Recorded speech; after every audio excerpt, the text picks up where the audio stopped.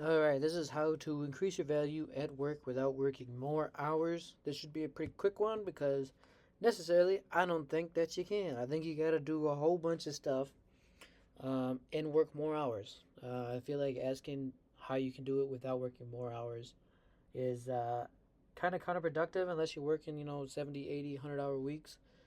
Then the question is about efficiency, and that's kind of more of the individual scale. But starting from nothing, you gotta show up on time.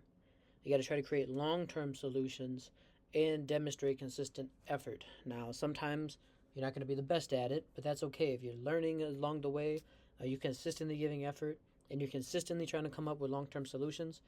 In my opinion, I think it's going to uh, do well for you. There's been two jobs that it hasn't, but the majority of jobs, blue collar jobs, that do help. White collar jobs, not as much. Not at least in my experience, but everybody likes showing up on time, even though you're not going to get an award for it. That's just what you got to do. Skills create the highest perceived value. I think that problem solving, being able to identify problems and create effective solutions, once again, long term solutions, are the best thing that you can do. Attention to detail, having high quality work that you bring it to a supervisor that they feel confident that they don't need to check over every little detail that they know that you're giving good work is huge. And then visible effort. I'm really bad at this, and this is what seems like white collar jobs that you need more. Blue collar, never had an issue with. But unless your effort is visible to your superiors, I don't know how to implement that because I'm really bad at it. Um, I think it's important though. I don't know how to do it. Hopefully, you can figure it out. I don't know if that's checking in more with supervisors or trying to tell them what you're doing and stuff. Something around there. Those are three things that I think are the most important, at least. The reality of working more hours. Threshold. Anything over 80 hours, especially 100 hours, unless you're Elon Musk or somebody spectacular, usually performance starts to dip. At least around for me, 80 to 85, that's when my performance starts dipping. I'm not even looking at the other things of like friends, family, and stuff. Obviously, that's getting taken a toll once you start working this amount of hours, but your actual productivity or your problem solving may go down. Just like Jocko Wilko says, you got to take a step back to evaluate the situation. If you're in there the whole time, you might not be able to do it. So I've talked about it several times on this, but Obama used to play spades.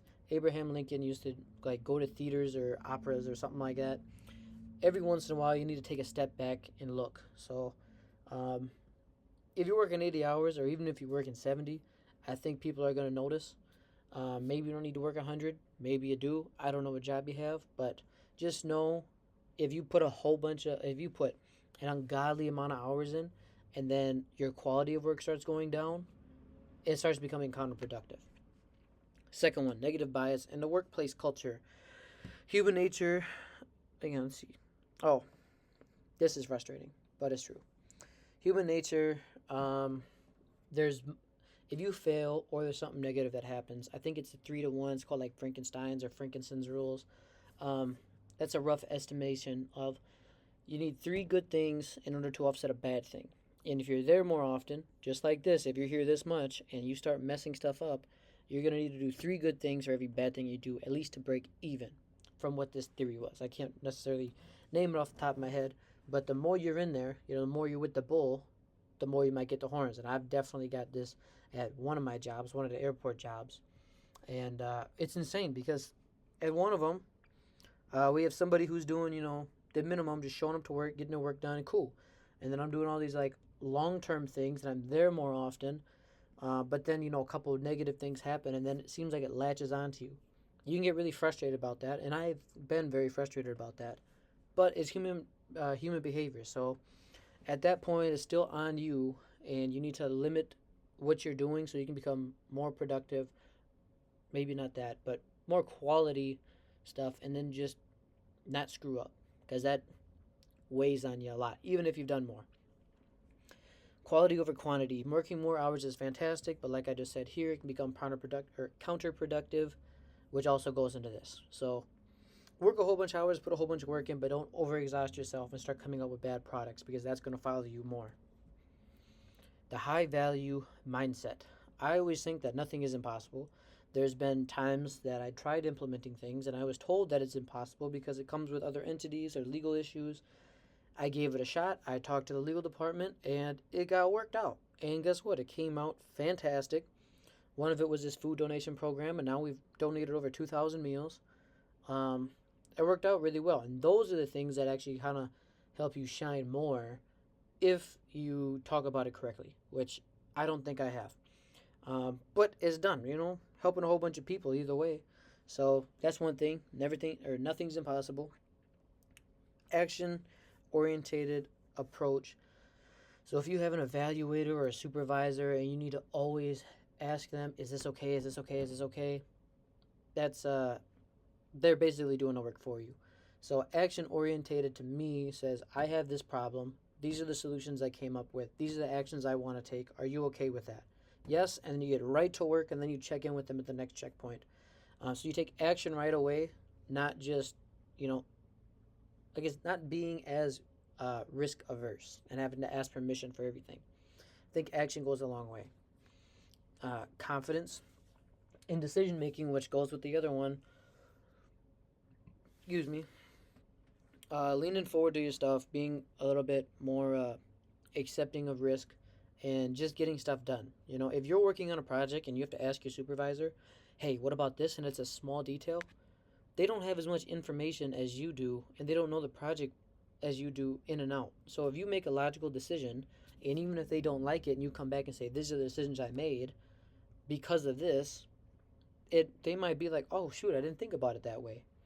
I would still check in with them for projects, though, every once in a while to give them updates to see how it's going, to make sure the vision goals. I wouldn't get 75% of the way done and then bring it to them, unless, it's dependent on the project. But there's a little synopsis. Nothing's impossible. Take action and be confident in your decisions, and just have a logical approach so you can talk to them again. Critical mistakes low-value workers make. Now, Alex Hormozy talks about Charlie Munger. I believe it's these two. I don't know. I reference a lot of people. Of basically saying, this is the person you want to do, or maybe Jordan Peterson talks about it. This is what I want to do. What's everything? I know Alex Hormozy talks about it. Sorry, I'm going off on tangents. What's everything that I wouldn't do if I wanted to be this person? Seeking permission for everything. I wouldn't want to show up late. I wouldn't want a lack of attention to detail.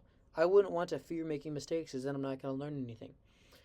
You can read the little stuff under there. I think this is pretty obvious, but it's a good exercise to know what not to do, because it's easier to decipher what not to do in situations rather than what to do. So then you can kind of do process of elimination on what not to do, so you know what to do. If that isn't confusing. What professionals should stop doing? Reiterating a whole bunch of stuff. Don't be late. Don't rush to leave early. Don't be on your phone. This is a huge thing for one of my assistants there at the car dealership. Not good. Don't wait for deadlines. Get stuff done early. You'll come up with better projects or products, and you make your supervisors happy, because then it's already checked off on the list before it even gets close to the deadline.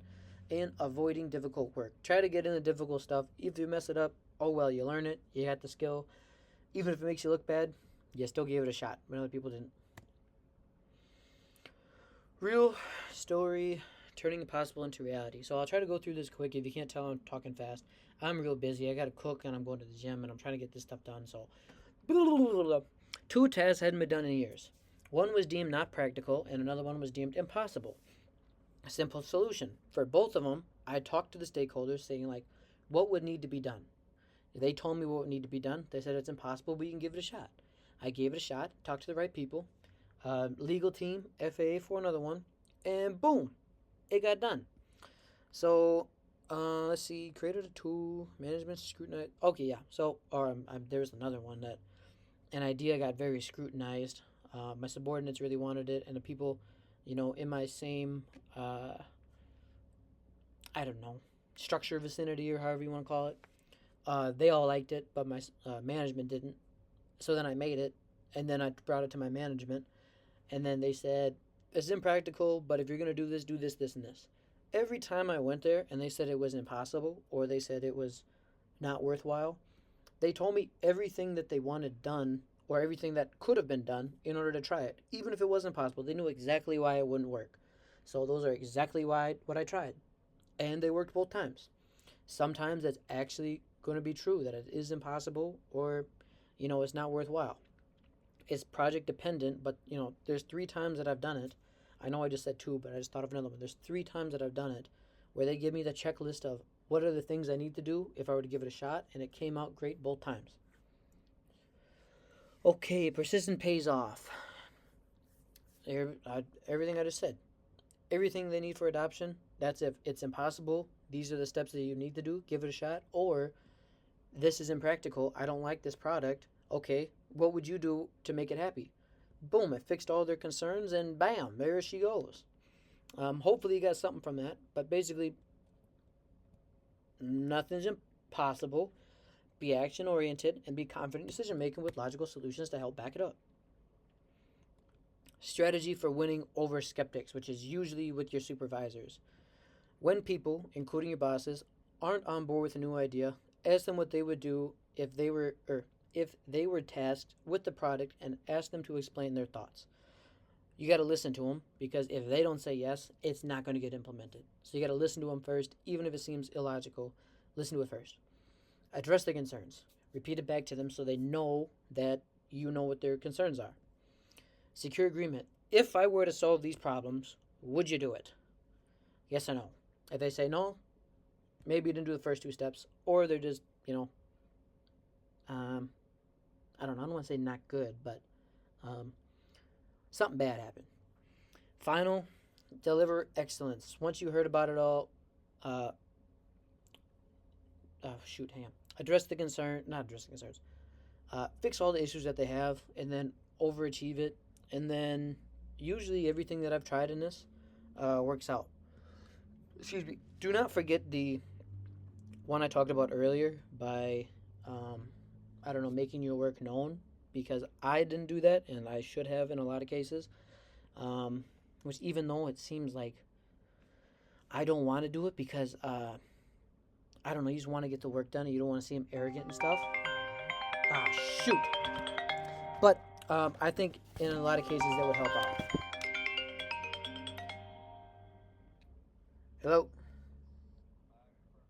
Perfect. Be down in a second. Peace. There's my boy.